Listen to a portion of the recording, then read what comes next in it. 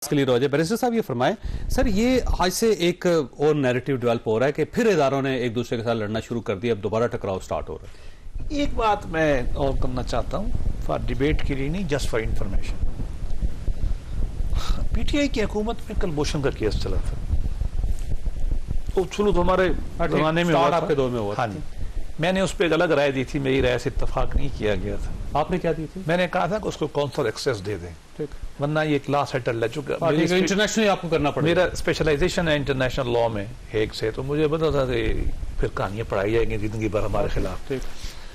बहरहाल ये अभी ये मंसूर खान, अनवर मंसूर खान, मैंने जजमेंट पूरी पढ़ी है, वो जो कुलभूषण केस की है।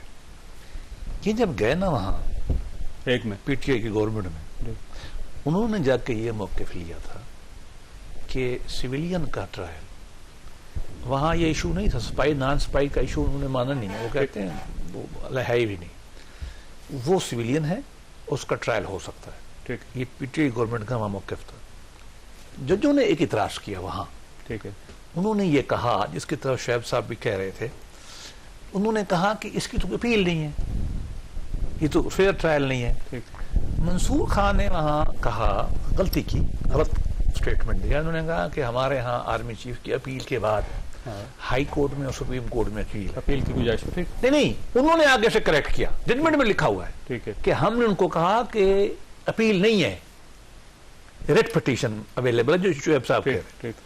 और अच्छा, उन्होंने एक और गलती भी की, जजमेंट में लिखा हुआ, पढ़ने वाली बात है। उन्होंने कहा कि ये गलत बयानी कर रहे हैं कि अनलिमिटेड तमाम ग्राउंड अवेलेबल है। उन्होंने कहा नो, 3 ग्राउंड, ये दो बता रहे हो ना, 3 ग्राउंड अवेलेबल होते हैं, कोरम नान जुडस है, मेलाफ आईडी है, पता नहीं फलां फलां है, ये 3 है। और उसके बाद लेकिन इंटरनेशनल कोर्ट ऑफ जस्टिस ने पाकिस्तान का पीटीआई के जमाने का दिया हुआ क्लेम ये तस्लीम किया। उन्होंने कहा कि ठीक है कि आप सिविलियन का ट्रायल जो है कर सकते हैं, ठीक है। एक शर्त उन्होंने लगाई, लेकिन पिटीशन कर सकते हैं बाद में नहीं। उन्होंने कहा आप इनको सिविलियन राइट दें, जिसके लिए इन्होंने जारी किया, लॉ बनाया। मैं उस पर भी मेरा गिला है कि कुलभूषण का नाम नहीं लिखना चाहिए था, वैसे एक राइट ऑफ अपील क्रिएट करते, कुलभूषण के नाम का लॉ क्यों बनाते। मैंने फरूक नसीम साहब को रिक्वेस्ट की थी, हालांकि हमारी हुकूमत नहीं थी, एज सिटीजन ऑफ पाकिस्तान, कि यार ये नाम मत लिखो, लेकिन हो गया। लेकिन ये पाकिस्तान में होता रहा है, सजाएं लोगों को होती रही हैं इस मसले के ऊपर। आज अगर ये मामला हुआ है तो ये छोटे सूबों में और उन लोगों में मसला उठेगा।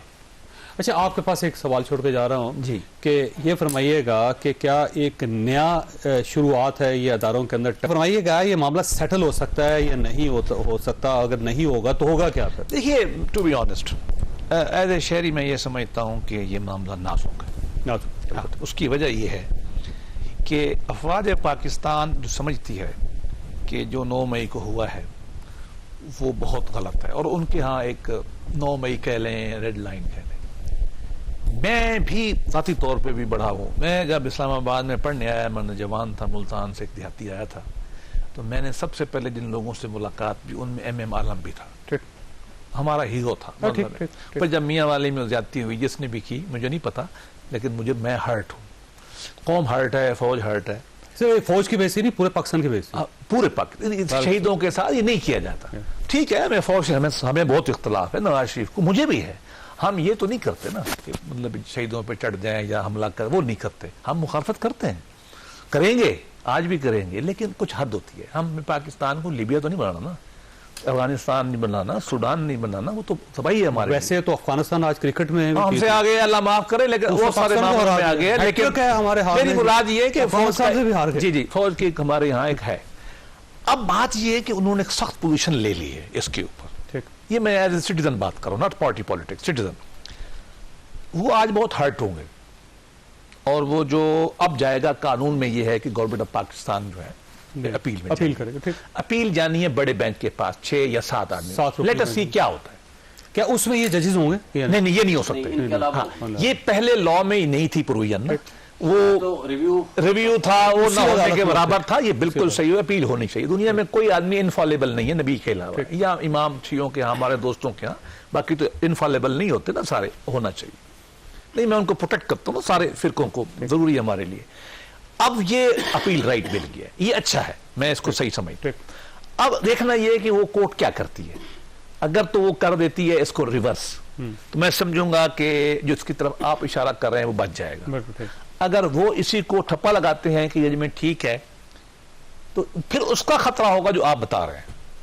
फिर कॉन्फ्लिक्ट होगा। नहीं, कॉन्फ्लिक्ट के अलावा पाकिस्तान फिर afford नहीं कर एक्स्ट्रा सकता। मैयर ढूंढे जाएंगे how to handle with these people, और उसमें क्या पार्लियामान नया लॉ बनाती है। अच्छा, एक बात छोटी सी हो, इसमें 3 साल सजा थी, 2 से 3 साल। ये जो मिलिट्री कोर्ट, ठीक है मिलिट्री कोर्ट डिफिकल्ट चीज है, उसमें प्रोसीजर डिफिकल्ट है वगैरह, सजा 2 से 3 साल थी। अगर ये एंटी टेररिज्म में जाते हैं, सजा उम्र हो जाएगी।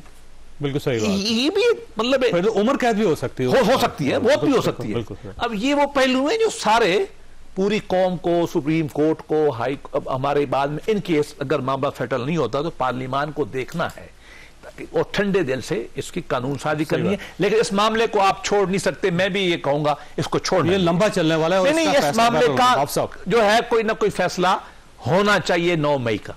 ठीक है, आप सब आपकी तरफ आने, ये फरमाइए सर, ये अगर फर्ज करें सेटल नहीं होता कोर्ट में, तो फिर दोबारा पार्लियामेंट में जाना पड़ेगा। फिर तो जाहिर है जब नए इलेक्शन होंगे, नई गवर्नमेंट आएगी, फिर ये अगला 6 महीने मजीद लटकेगा फिर ये मामला। सर मैं आपको चीज बताऊं कि आज जो फेडरल गवर्नमेंट ने एक एप्लीकेशन फाइल की थी, बड़ी एक इंपॉर्टेंट एप्लीकेशन थी। उसके अंदर उन्होंने 3 चीजों को हाईलाइट किया था। एक उन्होंने हाईलाइट ये किया था कि हम किसी बड़ी पनिशमेंट में भी नहीं जाएंगे, और दूसरा उन्होंने ये कहा था कि शायद हो सकता ये है कि जितना पीरियड गुजर गया है वही इनकी सजा और ये बाहर निकल जाए। और तीसरा इसके अंदर ये था कि कोई बड़ी, जिस तरह कहते हैं सीवियर पनिशमेंट से, जिस तरह हमारा रिगरस पनिशमेंट का एक कॉन्सेप्ट जेल्स के अंदर आए, वो नहीं आएगा।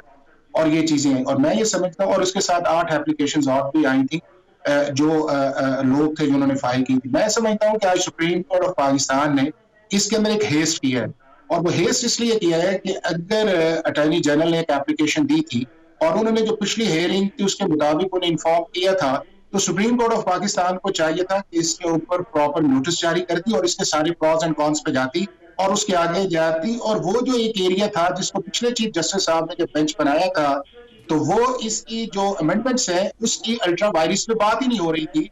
वो सिर्फ बात हो रही थी सेक्शन 73 के अंदर कि इनकी जुरिस्डिक्शन को किस तरह लेके दिया जाए, और कमांडिंग ऑफिसर की डिस्क्रिप्शन पे थी। अगर इस हद तक बात रहती तो ये बहुत बड़ा इशू नहीं बनना था। अब बात चली गई है इस अमेंडमेंट्स की, स्टैट्यूट्स को सेट असाइड करने की, कॉन्स्टिट्यूशन के अंदर चली गई, और फर्स्ट ऑप्शन तो सुप्रीम कोर्ट ऑफ पाकिस्तान के फैसला कर, अगर वो फैसले ही करेंगे तो इस तरह ख्याल है कि डेफिनेट पार्लियामेंट जो है इसमें कोई वे आउट नहीं है। पाकिस्तान के नेशनल इश्यूज या ऑफिशियल सीक्रेट्स पे जाएं, या पाकिस्तान के मिलिट्री इंस्टॉलेशंस के ऊपर आप आके जो नुकसान होता है और आप ये कहें कि हम सिर्फ पाकिस्तान ऑर्डनरी जाएंगे, ख्याल है ना पॉसिबल है और ना किसी मुल्क के अंदर ये हो रहा है। ठीक हो गया। आप साहब आपने साथ ही रहना। शेख साहब ये फरमाइए सर, ये आज से फर्द जुर्म पे आयद होगी इमरान खान साहब पे और शाह महमूद कुरैशी साहब पे,